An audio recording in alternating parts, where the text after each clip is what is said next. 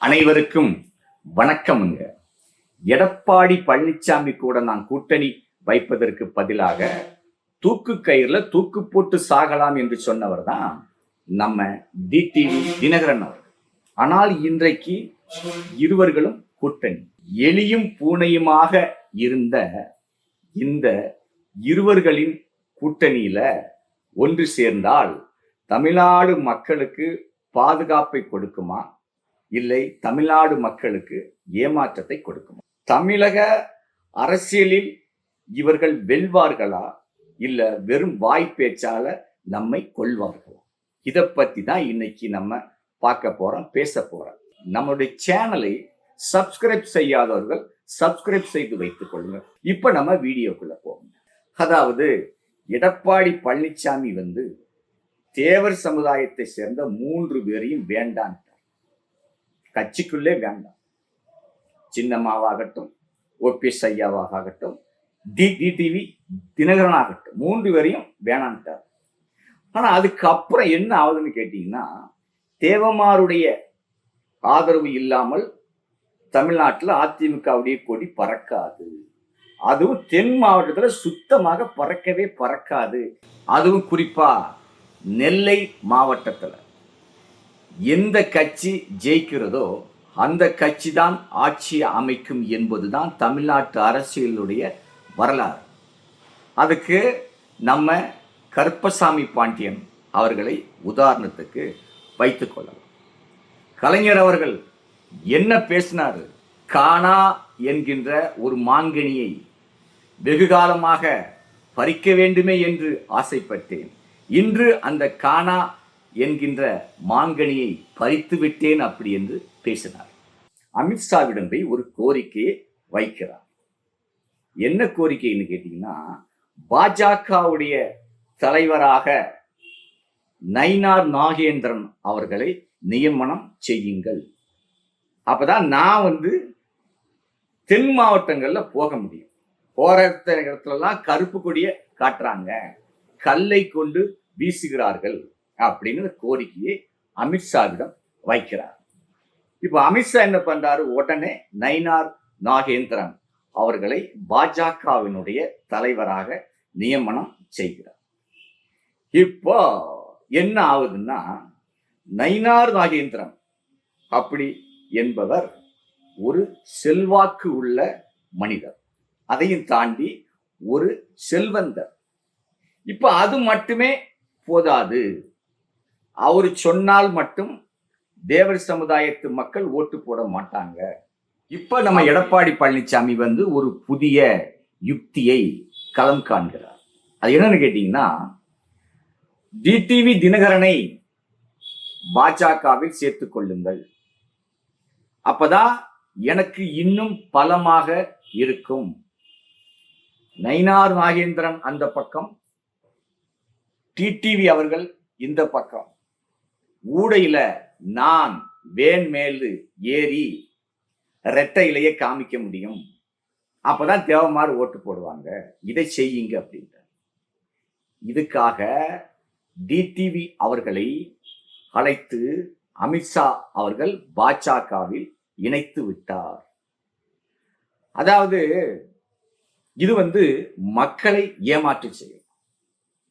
மூக்க இப்படி போய் தொடலாம், ஆனா அதை அப்படி போய் தொட்டிருக்கார். நேரே போய் எடப்பாடியை போய் பார்த்து சால்வையை போட்டு பூச்செண்டை கொண்டு போய் கொடுத்துட்டு ஒன்றாயிட்டு போயிடும் தானே. அதாவதுங்க, மிட்டாய் இருக்குல்ல, ஆரஞ்சு மிட்டாய், அதை வாயில போட்டு அப்படியேவும் இணுங்கலாம். அதே முட்டாய ஒரு உருட்டையாக்கி குச்சி வச்சு குத்தி தீச்சிருப்பாங்க, அதையும் சாப்பிடலாம். ஆனால் இரண்டுமே ஆரஞ்சு மிட்டாய் தான். இது எல்லாருக்கும் தெரியும். இன்றைக்கு யாரையும் அப்படி ஏமாற்ற முடியாது. இன்றைக்கு மக்கள் உஷாராக்காங்க. எங்க சோப்புங்க, கடையில போய் இன்னைக்கு ஒரு சோப்பு நீங்க வாங்கினீங்கன்னா என்ன பிராண்டு அதை தான் பார்க்குறேன். நீங்க ஒரு சோப்பை புதியதாக அறிமுகம் செய்து இலவசமாக கொடுத்தா கூட அதை இன்னைக்கு மக்கள் வாங்கி தோப்பு போட மாட்டாங்க. என்ன காரணம்னு கேட்டீங்கன்னா, ஷர்ட்டை கலர் மாறி விடுமோ அப்படின்னு பயப்படுவாங்க. அப்படிப்பட்ட காலம் இது. இந்த காலத்துல மக்களை யாருமே முட்டாள் ஆக்கவும் முடியாது, ஏமாற்றவும் முடியாது. இன்னொன்னுங்க, இப்போ டிடிவி அவர்கள் பாஜகவில் போய் சேர்ந்தார். இது எல்லாருக்கும் ஒரு இதுதான். அதாவது அப்படி பேசுவாங்க, இப்படி பேசுவாங்க, நாளைக்கு எல்லாம் ஒன்னு ஆயிடுவாங்க. அரசியல்ல இது சகஜம்தான். ஆனால் கொள்கைன்னு ஒண்ணு இருக்குங்க. அந்த கொள்கையை மீறி விட்டார் ஒண்ணு. அடுத்தாலங்க, டிடிவி என்பவர் யார்? தினகரன் என்பவர் யார்? அரசியலுக்கு எப்படி வந்தார்? யாரால உருவாக்கப்பட்டவர்? அப்ப என்ன பண்ணி இருக்கணும்? சின்னம்மா அவர்களையும் ஓபிஎஸ் அவர்களையும் அழைத்து கொண்டு போய் பாஜக கூட சேர்ந்திருக்கணும். அப்படி சேர்ந்திருந்தால் டிடிவி தினகரன் அவர்களே இன்றைக்கு தமிழ்நாட்டில் தேவர் சமுதாயத்து மக்கள் தூக்கி கொண்டாடுவாங்க, உச்சத்துக்கு கொண்டு போவாங்க. சமுதாயத்தினுடைய அமைப்புகள் எல்லாமே ஒன்றாகிவிடும். ஆனால் இன்றைக்கு அது ஒரு கேள்விக்குறியாகிவிட்டது. எடப்பாடி பழனிசாமி தான் ஒரு துரோகி. ஆனா அதே போல டிடிவி தினகரன் அவர்களும் ஆகிவிடக் கூடாது. அவருக்கும் இவருக்கும் என்ன வித்தியாசம் என்று மக்கள் பேசிவிடக்கூடாது. எடப்பாடி பழனிசாமி போடுகின்ற கணக்கு தவறான கணக்கு. அதுவும் தென் மாவட்டத்து அரசியலை சார்ந்து போடுவது ஒரு மிகப்பெரிய தவறான கணக்கு. ஏன்னு கேட்டீங்கன்னா, இன்றைக்கு அரசியலினுடைய ட்ரெண்டிங் மாறிவிட்டது. தென் மாவட்டத்துல நிறைய பேர் இன்றைக்கு அரசியலை மதிக்கவில்லை, அதுக்கு முக்கியத்துவம் கொடுக்கவே இல்லை. நிறைய பேர் சமுதாயத்தினுடைய அமைப்புகளுக்குள் சேர்ந்து விட்டார்கள். ஏன்னா அதுதான் இன்றைக்கு பாதுகாப்பு. பிஎம்டி இசக்கிராஜா தேவர் ஆகட்டும், ஏஎம் மூர்த்தி தேவர் அவர்களாக ஆகட்டும்,